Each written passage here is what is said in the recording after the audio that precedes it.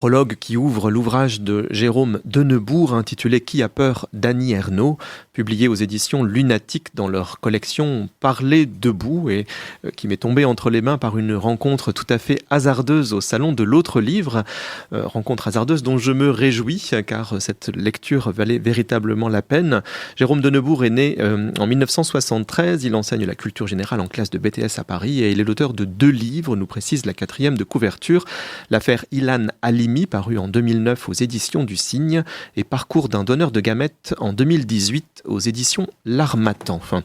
cet ouvrage, vous l'avez compris, il est autobiographique, il s'est inspiré de cette rencontre amoureuse avec cette Argentine Victoria qui a amené à la présence d'un enfant et à la nécessité où ils se sont trouvés l'un et l'autre de poursuivre les démarches vers un avortement pourtant condamné très sévèrement en Argentine, qui interdit à l'époque tout avortement aux femmes. Ce texte est construit en 3 parties, si je ne me trompe pas, 3 parties qui vont plonger évidemment dans les carnets de Jérôme Denebourg, qui revient jour par jour sur les éléments de cette histoire, dans quelles circonstances évidemment Victoria l'a mise au courant de cette possible naissance, de la nécessité pour elle de se faire avorter. Il ne cache rien d'ailleurs de ses propres incertitudes, de son propre désir de tranquillité, d'une situation amoureuse qui, lorsqu'elle s'est terminée, un amour d'été pourrait-on presque dire, finalement satisfaisait un peu l'un et l'autre des 2 protagonistes qui sentaient que la vie commune ne leur aurait pas été facile. Lui-même ne se voyait nullement père et n'imaginait absolument pas qu'un enfant puisse venir à un moment ou à un autre perturber ce qu'il avait en projet dans sa tête. Elle-même, avec sa thèse à la Sorbonne, ne pouvait se permettre d'élever cet enfant. Les conditions n'étaient pas réunies, même si elle en avait le désir un jour. Et bien évidemment, il fallait surtout éviter que cette affaire s'ébruite et faire en sorte qu'à aucun moment les autorités argentines ne puissent avoir vent de ce possible avortement. Et donc c'est le récit qui se fait au fil du temps de la manière dont Jérôme Denebourg va véritablement se lancer à corps perdu avec une incroyable force qui semble presque évidente à ses yeux, mais qui ne l'était peut-être pas nécessairement pour Victoria elle-même, décider, après avoir constaté qu'il serait impossible de la faire venir en France pour un avortement légal, de se rendre là-bas pour l'accompagner et faire en sorte que cette expérience évidemment traumatisante, dangereuse, susceptible d'entraîner la mort de Victoria, se passe le mieux possible. 3 grandes étapes, donc 3 grandes parties, on va dire, de l'annonce, puis sur place des circonstances dans lesquelles ils vont se rendre dans cette clinique clandestine qui s'est installée dans un hôtel, avec toute la violence évidemment qu'il peut y avoir derrière soi, le sentiment d'être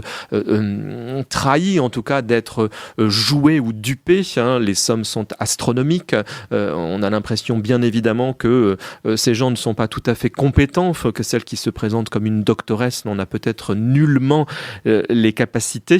et surtout avec l'idée que si les choses tournaient mal, de toute façon on ne pourrait rien faire. Un contrat est signé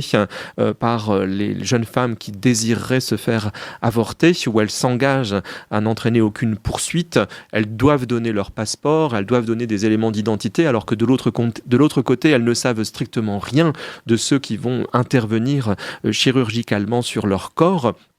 Et avec le souci, bien évidemment, une fois sorti de la clinique, si jamais des complications survenaient, d'obtenir un minimum d'aide, ce qui ne semble pas si évident que cela. Jérôme Denebourg raconte, bien évidemment, cette attente longue dans la salle d'attente de cette clinique illégale, la sortie ensuite de Victoria, la difficile récupération, le sentiment d'une mort imminente, la peur, évidemment, que l'opération ait échoué, voire qu'elle n'ait même pas été effectuée, qu'ils aient été dupés jusqu'au bout et que l'enfant ait été laissé, le bébé, que le fœtus n'ait pas été retiré et qu'elle se retrouve non seulement condamnée à l'élever, mais en plus avec le sentiment d'avoir été jouée dans toute cette histoire. Et puis pour lui, le retour en France une fois acté, continuer de la soutenir. C'est un beau regard qui nous est proposé. Il ne cache rien, je le disais, de ses doutes, de ses incertitudes, de ses faiblesses parfois, d'une du décalage aussi qui peut exister entre sa vision des choses et celle de cette jeune femme, non seulement culturelle entre l'Argentine et la France, entre deux pays qui ont pourtant des PIB qui pourraient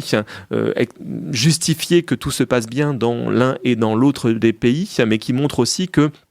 cette possibilité qui est offerte aux femmes en France de se faire avorter, qui a été durement gagnée, on le sait, par la loi Simone Veil, dont Annie Ernaux a témoigné dans son propre texte L'événement, lorsqu'elle s'est fait avorter clandestinement dans les années 60. Tout cela, c'est un combat incessant qui continue d'être absolument essentiel et que d'autres pays doivent mener maintenant avec toute la vigilance et toute la solidarité féminine. Lui, avec son regard d'homme, Jérôme de Neubourg, propose évidemment d'accompagner cette femme, cette Victoria, mais également finalement de témoigner pour toutes les femmes qui sont confrontées à cette violence, non pas de suppléer leurs paroles, de prendre leur place pour dire les choses. Il n'a pas cette vision patriarcale ou dominante, mais bien l'idée qu'il y a aussi de la part des hommes une prise de conscience à avoir et une participation à ce combat. C'est un texte qui est à la fois évidemment un récit, un témoignage et en même temps une œuvre engagée dans la lutte pour le droit des femmes à user de leur corps comme elles l'entendent. Et il y a à la fin du texte, et on comprendra mieux pourquoi Qui a peur d'Annie Ernaux est le titre de cet ouvrage qui fait un peu écho au Qui a peur de Virginia Woolf. Dans la fin du texte, Jérôme de Neubourg écrit un courrier à Annie Ernaux pour dire combien son œuvre littéraire, et plus particulièrement bien évidemment ce texte, L'événement, a compté dans sa prise de conscience et montre à quel point la littérature peut être, même si elle est parfois fictive, même si elle est potentiellement toujours une œuvre créatrice, est aussi porteuse d'une vérité. Et la réponse d'Annie Ernaux, justement, invitait Jérôme de Neubourg à écrire quelque chose à partir de là, à donner cette voix masculine, faire ce témoignage écrit par un homme d'une réalité généralement, évidemment, uniquement et exclusivement vécue par les femmes, et donc à donner un contrepoint, comme il le dit très justement dans le début de son texte. Voilà une belle œuvre que je vous invite à découvrir, Qui a peur d'Annie Ernaux, aux éditions Lunatiques, dans leur collection Parler debout, un texte témoignage de Jérôme de Neubourg.